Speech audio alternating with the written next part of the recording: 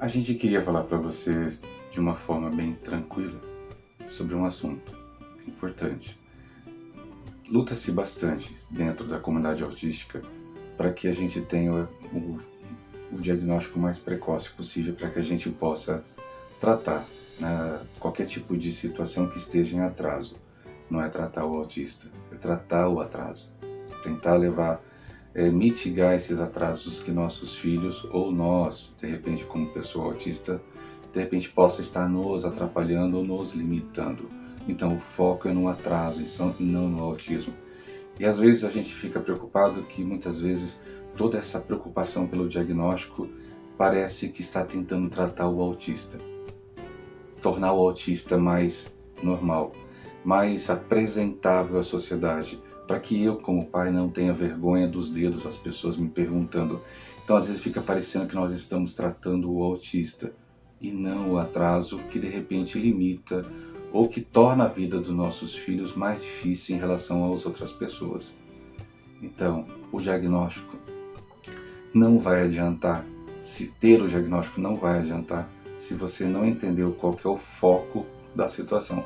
O foco é entender o que seu filho e sua filha têm, ou você, né, situações que de repente te limitam, e procurar potencializar, levar você a melhor independência, funcionabilidade ou compreensão de si, e não multar a pessoa.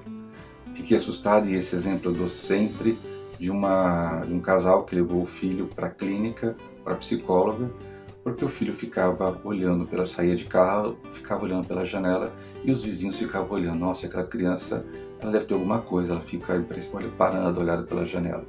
Aí levaram no psicólogo, e o psicólogo falou, mas eu não vejo nada, mas meu filho tem alguma coisa, porque não é normal uma criança ficar do jeito que ele está. E aí o psicólogo perguntou, mas você sai de casa com seus filhos? Como assim? Mas você sai de casa, leva ele para passear? Não, ele fica em casa porque a gente trabalha a semana inteira, a gente não tem muito trabalho. Então você sai com muita frequência? Não, não saio, quase não saio. Será que de repente ele está vislumbrado com o mundo lá fora? Essa pergunta realmente é cabal. Será que de repente o que você viu, o comportamento que você viu, não seja o comportamento típico de uma pessoa que estava numa ilha e foi resgatado e agora está vendo outro tipo de visão e ela está impressionada, igual alguém que sai de uma cidade pequena e vai para uma cidade grande e olha para aqueles prédios e fica extasiado? Não estou minimizando o autismo, gente. Tem gente que acha que a gente minimiza, não, e nem romantiza, já percebeu, né? Mas a gente precisa entender qual que é o foco. O foco é a condição autista, os atrasos, as situações que estão inerentes, inclusive as comorbidades, ou tratar a pessoa para ela parecer normal para as outras. A gente tem, infelizmente, uma mania triste de tentar corrigir. E outra que está ficando assim, e a gente tem visto, é a terceirização da educação. A gente sabe que existem papéis que são desempenhados pela escola, pelos pais, pelos avós, pela família de forma geral, assim por diante, mas muitos pais estão terceirizando o brincar, estão terceirizando o carinho, terceirizando tarefas que os pais deveriam. E a desculpa ou justificativa mais usada é que lá tem alguém especializado, alguém entende mais do seu filho do que você. Passear no shopping, passear numa praça, mas meu filho corre. Te dar uma dica, 90% das crianças saem correndo, tá? Não é porque é autista não. Então, mas ele vai dar uma crise sensorial, e se não der? E outra, e se der, como você se comporta com isso? Vai ter que chamar o terapeuta para dar, olha, me ajuda, como é que corrige essa situação? Ou talvez na clínica você podia ter o feedback de como resolver isso. Essas situações a gente só aprende vivendo com os filhos. Por incrível que pareça, assim, você pega um manual de qualquer aparelho, de uma air fryer, de qualquer coisa, você vê lá no manual de instruções, se acontecer tais erros, proceda dessa forma. Aí tem lá um item que fala, mas se nada disso resolver, contate assistência técnica. A gente, primeiro, filhos não vêm com manual. Por mais que sejam gêmeos, eles são diferentes. Mas a gente, antes de perguntar, inclusive para pai, para mãe, né, que também criaram a gente, de saber como lidar com essa situação. Você liga aquele botãozinho, meu filho é autista. E a partir daqui, seu filho não é natural igual a outra criança. E aí você não lê nenhuma das instruções que são dadas. Então, tipo assim, quando seu filho fizer birra, quando seu filho mentir, outra dica, tá, gente? Autista mente sim, tá? Então, tem um pessoal aí que fantasia tanto, né? Cria um mundo tão, assim, puro pro autismo que acha que o autista não mente. Pessoas, gente, que tem traços intelectuais, a inteligência. Alguém para mentir tem que ser muito inteligente, porque ele tem que processar uma mentira para poder convencer. Não é simplesmente falar uma mentira, é um traço do intelecto. Claro que você tem que ensinar sobre a moral sobre isso, sobre a ética sobre isso, que não deve se mentir, que mentir não é legal. Entende? Porque as pessoas não mentem, em tese. Então, quer dizer, porque as pessoas mentem, porque existe uma construção sobre a mentira. A mentira não é legal por causa que magoa as pessoas. Pode levar a situações sérias porque você está mentindo. Autista mente. Talvez ele não consiga sustentar a mentira mais tempo que os outros, porque existem processos de rotina dentro dele que vão chocar com a mentira. Mas tem gente que fala que meu filho não mente. Ah, meu filho, não, isso não é birra, isso não é birra, gente. Isso aí é transtorno sensorial. Ele está num momento sensorial difícil. É, pode ser. Mas seu filho tem birra, tá? É difícil falar isso, mas é verdade, tá bom? Então, a gente criou situações para sempre nos proteger. E lembra do manual da instrução lá, do manual da Airfryer, que vem com tudo que acontece? Verifique se a tomada assim por diante. Você já verificou tudo? Antes de achar que isso aí é por conta do autismo do seu filho? Talvez não seja. Mas o que você faz? Eu vou levar para alguém, direto. Você não tenta.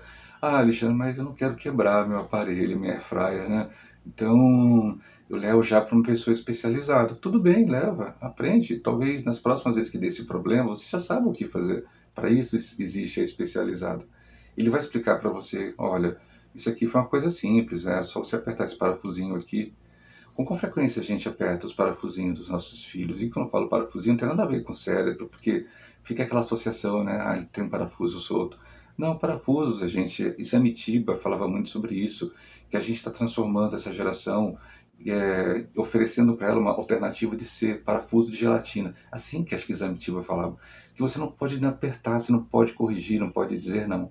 Essa semana eu estava no mercado, e uma criança estava olhando pro meu carrinho, assim, estava no mercado atacadista, e o pai do lado rindo, o pai rindo, rindo, né? E ele vindo pro meu carrinho, eu só olhando para ele, observando. Era uma criança autista.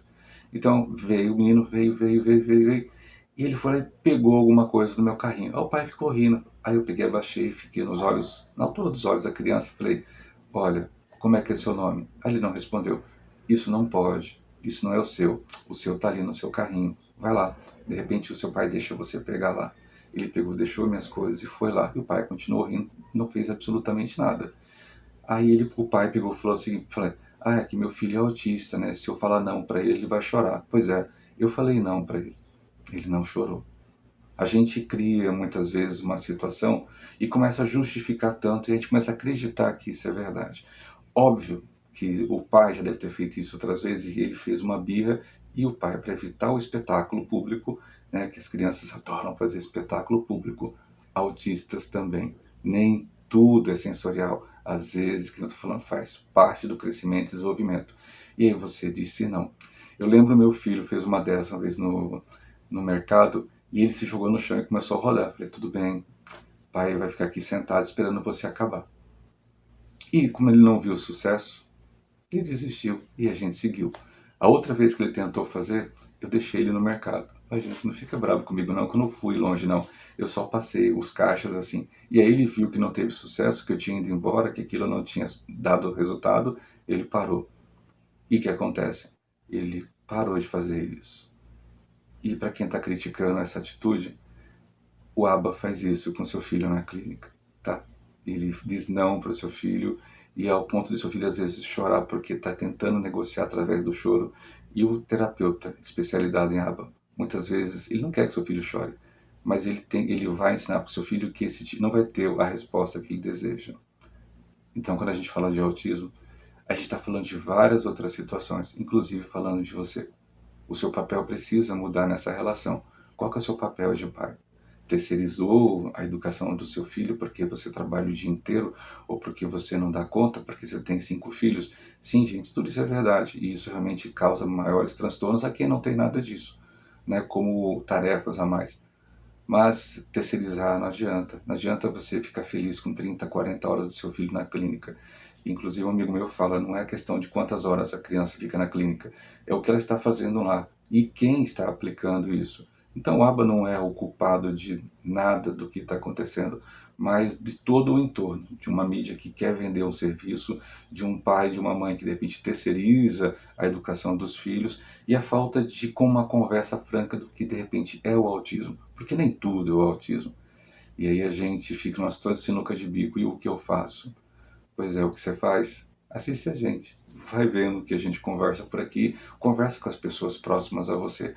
Você aos poucos vai de repente percebendo que você deixou de fazer algumas coisas, há tempo ainda para mudar, e outras coisas que você de repente fez e não são tão legais, mesmo que já tenha passado a bendita da poda neural, ai, é horrível, você não sabe o que é isso, pega outros vídeos da gente, você vai ver, você pode ainda ter tempo de transformar a educação do seu filho numa educação bem melhor. Ah, mas meu filho, tá, seu filho pode ter o autismo 8, 9, 10. Vai ser difícil cada vez que mais para frente do autismo, quanto mais ele é comprometido, o autismo se manifesta nele, inclusive pela situação do déficit intelectual, é mais difícil. O leve não é fácil, mas a gente não pode ter a cara de pau de achar que quem tem um filho severo, a vida dele é mais fácil do que a pessoa que tem um autista leve. E aí você que tem uma criança autista leve, fica reclamando que não dá conta. Já experimentou ter um filho que tem várias outras comorbidades, além do autismo 3? Você nunca imaginou isso. Então, vale a pena. Se você tem uma condição melhor, não só financeira, mas de poder ajudar seu filho, ajude. Não pense duas vezes. Ao invés de você, de repente, ficar justificando tudo no autismo, né? E aí seu filho vai passando o tempo e seu filho, como Samitiba diz, não vai poder tomar nenhum apertozinho, uma correção, um aviso. E quando fala aperto, não é, gente, violência, é dizer não. Não.